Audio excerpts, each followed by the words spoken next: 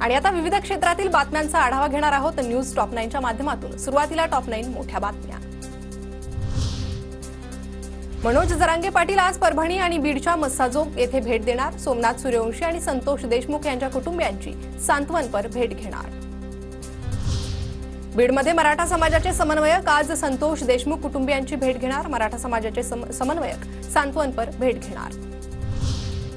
खासदार बजरंग सोनवणेंची केसमध्ये आज पत्रकार परिषद। सरपंच हत्या प्रकरणाच्या पार्श्वभूमीवर माध्यमांशी संवाद साधणार। संतोष देशमुख हत्या प्रकरणी बजरंग सोनवणेंनी शहांची भेट घेतली होती।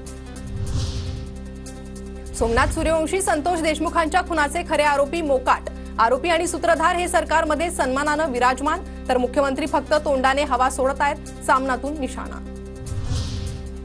बीडमध्ये 1222 शस्त्र परवानधारक। अंजली दमानी यांच्या ट्विट नंतर धक्कादायक आकडेवारी समोर, तर वाल्मिक कराडच्या गँगमधील दोघांच्या नावाचा उल्लेख। अटक करण्याची मागणी।